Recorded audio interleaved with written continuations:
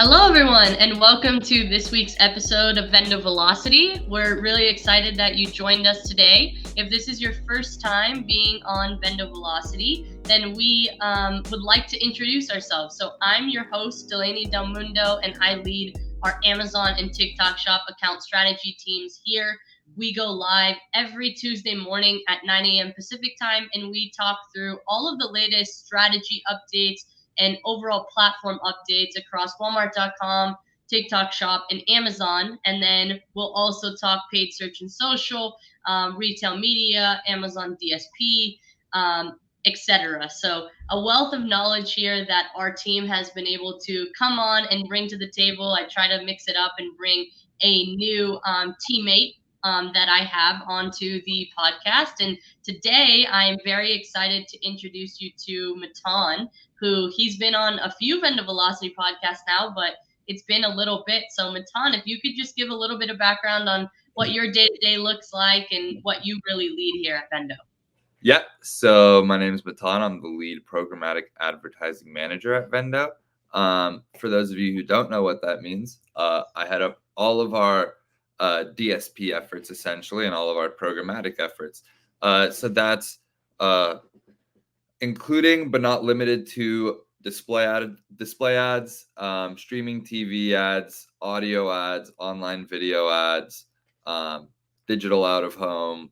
The list goes on. So I oversee all of those efforts within Vendo across multiple platforms. So looping in the Trade Desk, Walmart DSP, and Amazon DSP.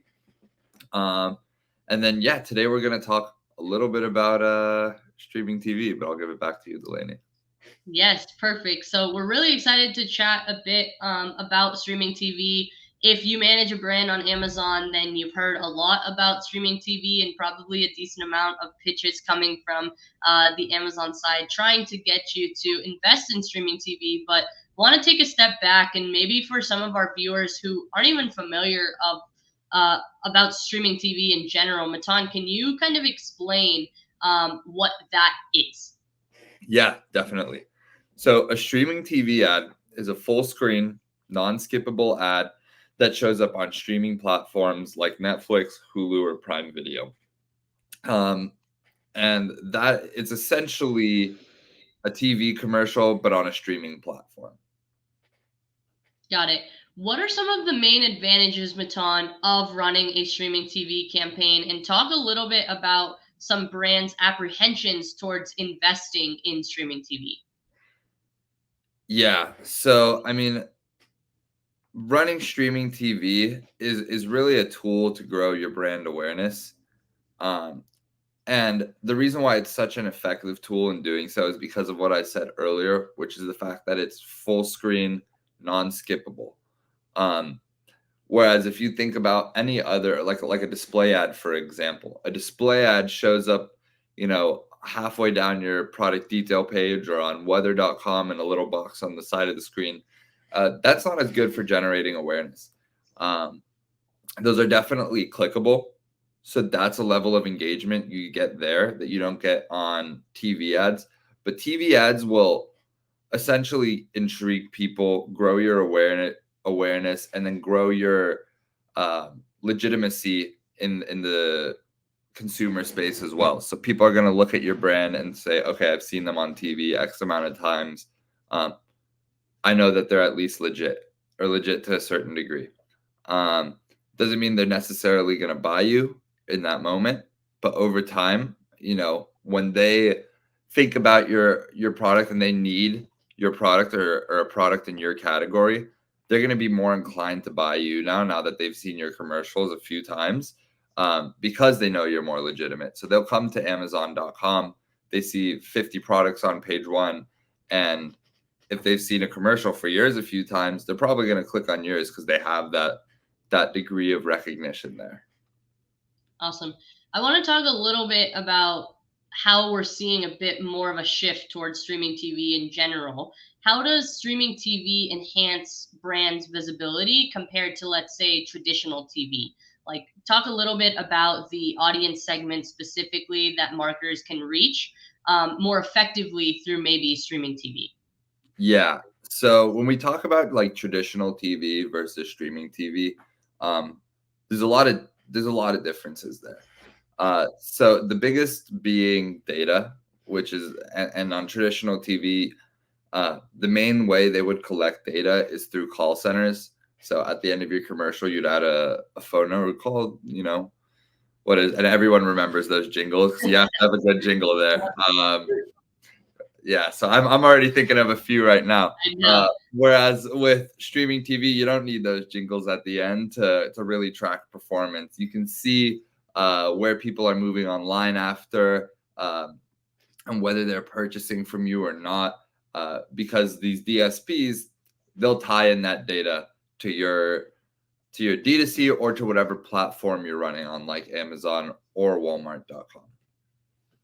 Got it. And then what about the audience segment specifically? Yeah. How granular can you get when it comes to audience targeting? Yeah. So another key difference is that there is no audience targeting on traditional TV. On traditional TV, you book it based off of the program. So you could say, okay, I want my ad to run during Jeopardy on ABC at 7 p.m. on Monday night. And that's when your ad will run, and it'll be blasted to anyone watching Jeopardy at that time. Whereas with streaming TV, we target audiences. So we leverage all that first-party data that these DSPs have, and use that to target the audiences directly. Now, when it comes to Amazon DSPs specifically, there's a lot of data we have access to because of Amazon Marketing Cloud, and I think we'll get into this a little bit more later. But the audiences we're able to use because of that are really, really extensive. So we're talking like people who searched for keywords or your brand, or not your brand, but keywords and didn't purchase. People who are in market for your brand but haven't purchased from you or a competitor, across multiple retailers. And we can get really, really granular with these audiences. Another thing we can do is remarket people who have been exposed to streaming TV, which is how we move them down the funnel. Because what we find, specifically with Amazon DSP, is that it is very, very hard to move people up the frequency ladder. So getting them from past 1 to like anything above 4. Amazon prioritizes, we find that their algorithm prioritizes reach over frequency. And obviously you need to balance the two. So over time, you really want to increase the frequency through those remarketing audiences that I was just talking about. And those remarketing audiences will not just be applied to your TV campaigns. It'll be applied to your display campaigns. And that's how you start moving these people down the funnel, is you give them the streaming TV ad. Then within your consideration package, you'll hit them with a display or an online video ad, retargeting them. And then once they click on that, then they're moved into your conversion package. Got it. Yeah. Yeah, you touched on AMC there, Matan, but I want to expand on just the analytics piece a little bit more here, because we know that with traditional advertising, people are going to be more focused on ROAS, and some of these other metrics that are conversion driving metrics. For streaming TV, what metrics should advertisers prioritize when analyzing their campaigns? Yeah, so I'll answer this question in the context of Amazon DSP, because I think depending on what platform and what data is available to you, you're going to optimize differently. Now, for Amazon specifically, we have a metric called cost per brand search, which basically tracks how many people are searching for your brand on Amazon and then attributes that back to your ads. So for us, branded search rate and cost per brand search are 2 KPIs that we really use to optimize. The reason for that being is because on campaigns with low cost per brand search, when you scale those up, I mean, you see a massive lift in your on-platform search volume, and you'll see a massive lift across all your branded keywords, not just any one specific branded keyword, unless you're promoting a product. And we had a brand recently that had such a good cost per brand search on one of their creatives that was actually for a product that they didn't even have on Amazon. And so because the cost per brand search was so low there, we invested disproportionately into that creative, relisted the product back on Amazon, and now it's doing the best it's ever done at the highest search volume it's ever had. So yeah, that kind of just ties back into the whole point of like, we really like to use cost per branded search because that is indicative of interest in a product, and interest in a brand, more so than ROAS is. Because, and there's a lot of reasons why we don't use ROAS, primarily it being that TV doesn't get the attribution, and that your conversion or consideration or PPC ads will get that attribution. So that's one of the reasons. Another reason is that, well, the attribution is just poor on TV because no one's buying from their TV. People buy online from their computer, so it's a lot easier to get the attribution from somebody purchasing on their computer or phone versus, and they watch the ad on their computer or phone versus somebody who watches the ad on their TV and then buys it from their computer or phone. Got it. No, that's a good call there. What about just in terms of interpreting the data through AMC? I want to like take a step back, even outside of streaming TV. I think the topic of AMC in general can be overwhelming to some people. Where to start? There's so much data at my fingertips. What are you seeing as some common challenges for brands when interpreting data from AMC? Well, AMC is challenging for everyone, especially brands, because it's a very loaded tool. There's a lot of data that brands have never seen before or never looked to interpret before. It's all done through coding, so that kind of confuses brands even a lot more. But in terms of interpreting the actual AMC data, for example, there's a report called the Path to Conversion report, and that'll basically, or Path to Purchase report, and it basically shows you if someone viewed a streaming TV ad, then a DSP conversion, then a sponsored products, then a sponsored brand ad, then purchase. What do those numbers look like? So to interpret that data, one might look at these paths and they say, okay, well, what do I do with it? What is this Path to Purchase report telling me? The way we use it, especially in the context of streaming TV, is that we use it to look at the first touch, linear, and last touch ROAS. First touch ROAS means when someone's exposed to streaming TV first, what does that return on their spend look like? Versus last touch ROAS is like if someone views it last and then purchases, what does that path look like? I'd say 99% of the time, probably 100% of the time, we see higher first touch ROAS than last touch ROAS on streaming TV. And it makes sense. Again, the goal of streaming TV is to bring people into the brand. And then it's the opposite on something like sponsored products, which is a conversion tool, where first touch ROAS is generally lower than the last touch ROAS on sponsored products.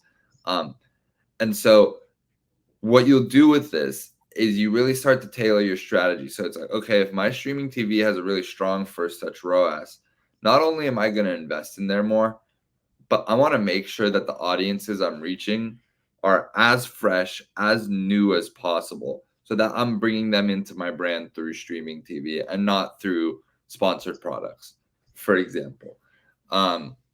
So making sure that you're using all the relative exclusions. So again, like I mentioned, not just excluding people who purchased your brand or viewed your brand, but people who purchased from competitors, excluding those as well. People who If you viewed your competitors recently, you want to exclude those as well. And what's great about Amazon DSP is that they have data from Whole Foods and other channels as well that we can utilize. So we can utilize purchase data across multiple retailers. Got it. That's really helpful to know. So really assist with your cross channel strategy as well there. I want to talk a little bit about something that you said on the creative side, Matan, because I think that might be a lot of what brands often get wrong too, is not really investing in the creative for something like streaming TV. Now, can you talk a little bit about how important that creative is, and really what are some best practices in building it? Yeah, definitely. It's one of the most overlooked aspects of streaming TV because, especially when you're running like e-commerce ads on, or like native e-commerce ads on Amazon or Walmart.com, brands don't think about the creative too much because the creative's essentially just your listing. However, when you come to TV, like all I won't say all that matters is the creative, but it is the most important factor of success when running a TV campaign.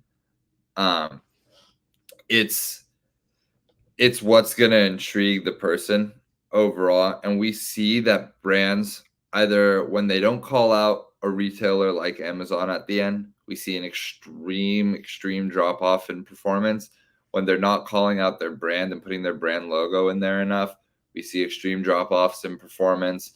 um, Brands think they can get away with using the same creative that they use on sponsored brand video or something like that, and it's just the different demographic, it's a different audience watching it. And you really need premium creative to find success. And we've had brands who've actually been using and utilizing UGC and more like creator content on their TV campaigns, and they've actually had a lot of success recently. Um, and we're looking to replicate that out across a few more accounts, but the two accounts that we have ran it for so far, where it's like strictly creator marketing ads on TV, um, they've had an immense amount of success, and those campaigns have been our most success thus far. So, if you're looking to run a streaming TV campaign, especially if you're looking to spend, hundreds of thousands in media dollars going towards TV, invest in the creative, because another $10,000 to $20,000 on a $500,000 or $400,000 campaign is not going to make it or break it for you. It'll actually be more worthwhile for you, because when you're spending that much money, you want to make sure you have a good creative. Definitely. What about as far as your recommendations, Matan? You've obviously been able to run streaming TV for many brands now. How do you know when a brand is a good fit for streaming TV? What does that brand profile look like? And then on top of that, I think a lot of the apprehension on the brand side is around the budgets and maybe not having enough budget. So, what would you recommend when reviewing these budgets with brands as maybe a starting point for running their first streaming TV campaign? Yeah. I mean, there's a lot of determining factors to try to figure out what, if a brand's a good fit for streaming TV. Um, in my opinion, the most important one is going to be budget, because running streaming TV on a 5K or 10K budget, in my opinion, is not really worth it. You're just not going to get the incremental reach that you need to see a lift. Uh, and that 5 to 10K might be better spent elsewhere, like on mid funnel tactics, for example. So one, I would say willingness to invest. Two, uh, there's two scenarios really where a brand should be running it. One, if you're, let's say, a newer brand, you really want to generate that awareness, you want to do a big push, and you have a very niche demographic that you could reach through a specific TV program or through a specific TV channel, I would recommend doing that. Another brand that might be a good fit for TV is you've been running for a long time on Amazon, or online, and your brand's maybe not growing at the rate it used to. Your growth has slowed down a lot, maybe even started declining or flatten. Your search volume is starting to go down, or it's flattened as well. And you've kind of exhausted all your resources. You're spending a lot of money across the board, and you're not seeing that level of growth. There's nothing to lose in trying TV. And our strategy for TV is essentially a learn then launch strategy, which basically we have 1 to 2 months of a learning phase, and then we really scale up and do a full-blown launch on the strategy. So there's, like I said, there's a lot of factors that go into whether a brand's a good fit, but through that learning stage that we have at Vendo, we're able to kind of mitigate and kind of expedite that process of knowing whether your brand's a good fit before you go and invest a lot. Because Amazon or Walmart or Trade Desk, they're going to come to you and they're going to say, hey, here's a proposal for $100,000 a month and spend off the bat. And we're like, well, how do you know that $100,000 is going to perform the first month? You don't. So that's why you need a learning phase or two. And I'd say that's most important with TV over any other ad type. Yeah, that's a good point. Have you ever run these streaming TV campaigns, Matan, around tentpole events? And if so, how does the messaging change if it does? And have you seen any sort of difference in overall performance when running it for, let's say, a Prime Day in the past? So I think running it in the lead up is very good. And especially, I think Q4 is kind of the biggest time. Prime Day is a tougher tentpole event to see a lift from streaming TV. Q4, because they're shopping for essentially 3 months straight, it's a really good time to run TV, and you'll see a lift on the tentpole events. I wouldn't, for your streaming TV strategy, I wouldn't do a massive increase in spend on those tentpole events, because streaming TV is, so I say, like, here's my sayings: PPC is a sale for today, DSP is a sale for tomorrow, and streaming TV is a sale for next week. So when looking at these tentpole events, definitely don't think you should be scaling up a crazy amount on the specific day, but rather think about, like, okay, time of year, it's Christmas time. Maybe I'll run a TV campaign that has somewhat to do with Christmas, and I'll run it starting mid-November or starting Black Friday, Cyber Monday, all the way up to Christmas. That's one way you can do tentpole strategy. And that's kind of the main way I would approach it personally. So you're saying that for the Q4 period, you'd probably start streaming TV campaigns to support that period, like within the next few weeks. Yes, definitely. Definitely. Cool. And start getting that holiday messaging, that shopping messaging out there as soon as you can. All right, there we go. Well, it's not too late for those of you that have been thinking about whether or not this is a good time to activate streaming TV. So hopefully you learned a little bit from Matan here. I know I personally learned a lot, but if there are any other questions, feel free to drop a comment. And I always make sure that Matan comes on at least quarterly to discuss some of the most recent updates and strategies on the programmatic side of our business. So Matan, it's always a pleasure. And thank you for all of the knowledge that you dropped today. Thank you, Delaney. It's a pleasure to be on. Thanks, everyone. Have a great week, and we'll talk to you next week on Vendo Velocity. Bye, everyone.